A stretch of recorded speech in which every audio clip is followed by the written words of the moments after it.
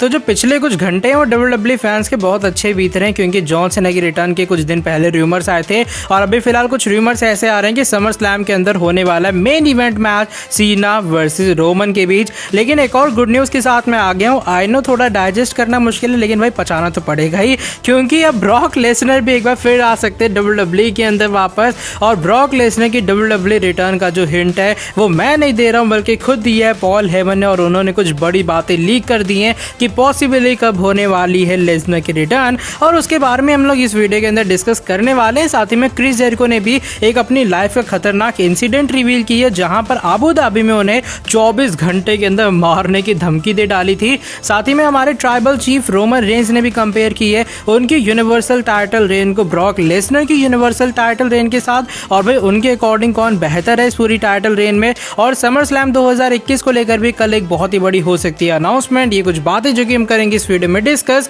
So without wasting any time let's begin this video.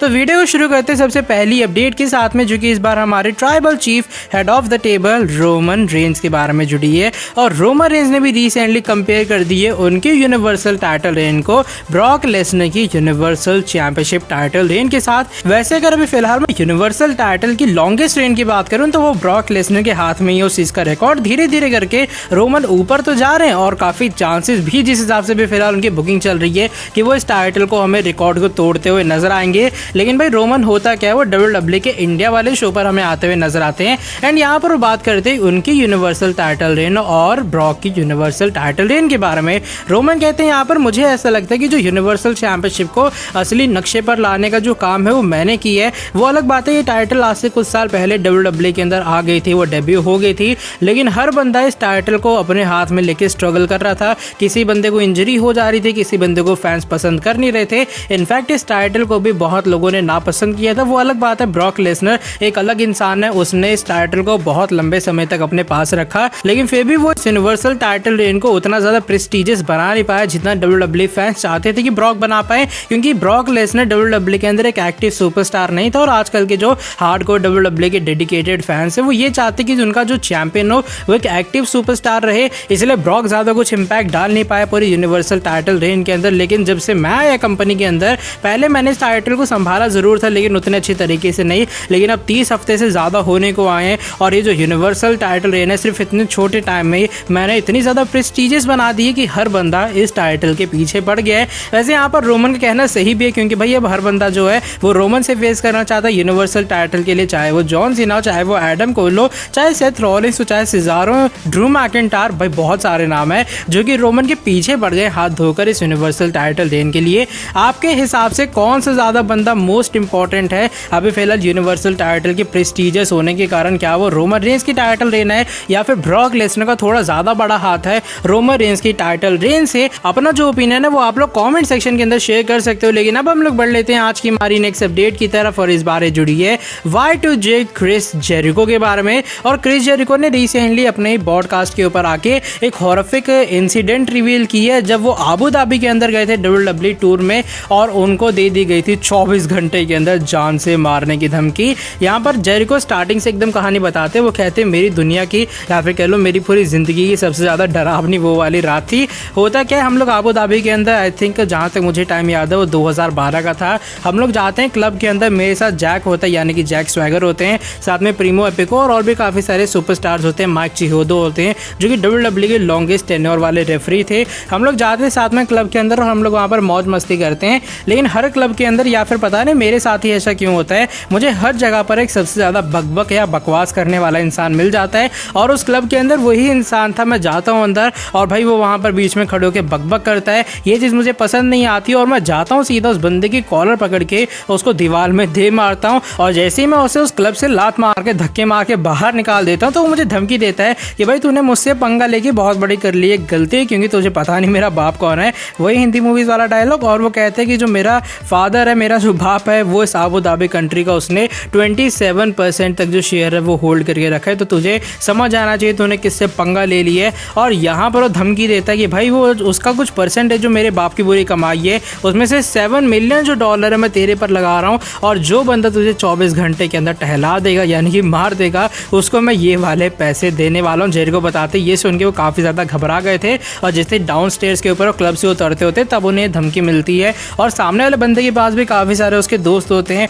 और Jericho के साथ में अभी फिलहाल स्टिल जब वो नीचे आते सिर्फ जैक हैगर यानी कि जैक स्वैगर होते हैं। तो जैक स्वैगर भी यहाँ पर भाई डरते नहीं उस धमकी से, वो जेरिको के साथ कंधे से कंधा मिलाकर खड़े रहते हैं और जेरिको फिर यहाँ पर थोड़ा कॉमेडी टाइप में हो जाते हैं।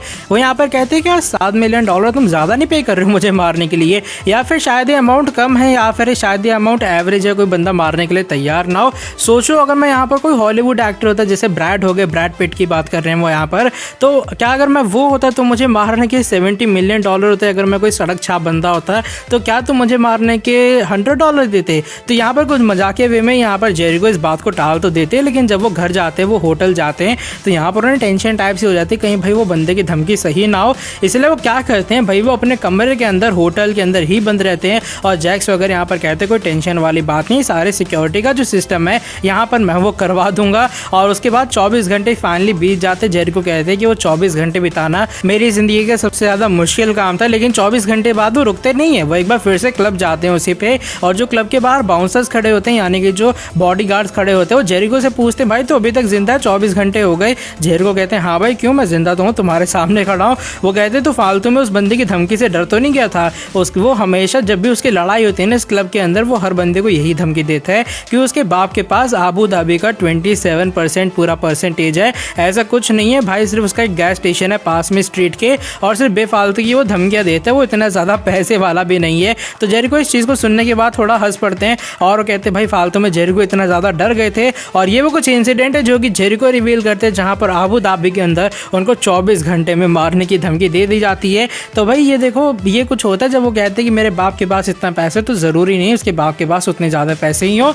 इसके बारे में इंसिडेंट के बारे में पूरा आपका क्या सोचना है, अपना रिएक्शन आप लोग कमेंट सेक्शन के अंदर बता सकते हो। लेकिन अब हम लोग बढ़ लेते हैं आज की हमारी सेकंड लास्ट अपडेट की तरफ। इस बार जुड़ी है समर स्लैम 2021 के पेपर व्यू के बारे में और काफ़ी जल्दी समर स्लैम को लेकर WWE की तरफ से होने वाली एक बहुत बड़ी अनाउंसमेंट। और भाई रिसेंटली कुछ रूमर्स आए सामने, रूमर्स का ये मानना है कि ये जो बड़ी अनाउंसमेंट है वो WWE हमें कल स्मैकडाउन के शो के अंदर करती हुई नजर आ सकती है। रूमर्स का ये मानना है कि WWE ने अभी फिलहाल जो सारी चीज़ें हैं, कौन सी हम लोकेशन रखेंगे, कौन सी डेट रखेंगे, वो कंफर्म कर दी है। अभी फिलहाल रूमर्स के अकॉर्डिंग एलिजेंट स्टेडियम होने वाला है जहां पर 65,000 ऑडियंस होगी लास वेगास में और जो डेट होने वाली है वो सैटरडे की होगी, यानी कि इंडिया के अंदर 22 अगस्त को हमें दिखाई देने वाला है समर स्लैम का शो। बाकी देखो भाई क्या कल अनाउंसमेंट होती है, सिर्फ पॉसिबल चांसेस है कि कल भी अनाउंसमेंट हो सकती है या फिर WWE ये अनाउंसमेंट को डिले भी कर सकती है। देखते हैं भाई स्मैकडाउन के शो के अंदर कल क्या कुछ होता है। लेकिन अब हम लोग बढ़ लेते हैं आज की हमारी नेक्स्ट इन फाइनल अपडेट की तरफ और फाइनल अपडेट इस बार जुड़ी है the beast incarnate Brock Lesnar के बारे में। और जैसा मैंने कहा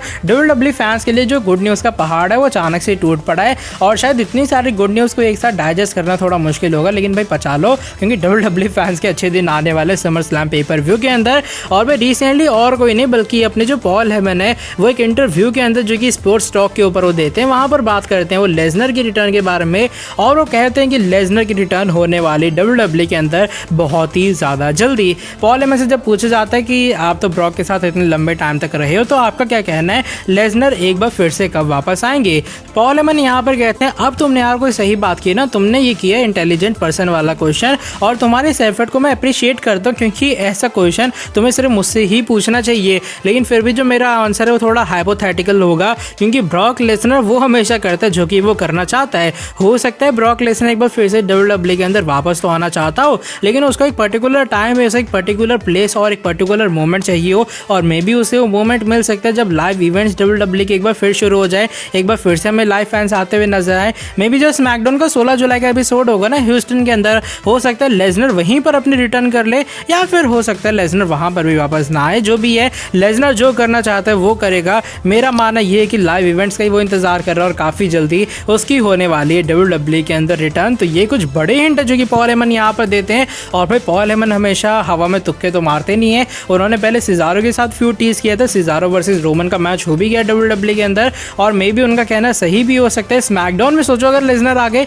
तो बवाल हो जाएगा भाई, स्मैकडाउन A+ प्लस शो से भी ऊपर हो जाएगा, लेकिन मुझे ऐसा लगता है कि रॉ के अंदर ही WWE उनके रिटर्न करवाएगी और शायद लाइव फैंस के जो रिटर्न के इंतजार है वही लेसनर कर रहे हो और बहुत जल्दी लेसनर की भी WWE रिटर्न हो सकती है। आपका क्या सोचना है इसके बारे में? आपके हिसाब से लेसनर की रिटर्न कब होगी? या वो मनी इन द बैंक के शो में होगी या फिर वो होने वाली है पहले रॉ के एपिसोड के अंदर जहां पर लाइव फैंस एक बार फिर हमें वापस आते हुए नजर आएंगे? तो भाई आज की जो ये वाली वीडियो बस यहीं तक थी। अगर आपको ये वाली वीडियो पसंद आई है आप लोग कर सकते हो नीचे वीडियो को लाइक करने के साथ आप लोग सब्सक्राइब कर दो चैनल को और बेल नोटिफिकेशन को भी कर दो ताकि आगे भी आपको हमारे चैनल पर कुछ ऐसी इंटरेस्टिंग कमाल की एंड और भी फ्रेश अपडेट जानने को मिलते रहे। नेक्स्ट वीडियो के अंदर आके आपसे काफी जल्दी मिलता हूँ। Till then bye bye, take care.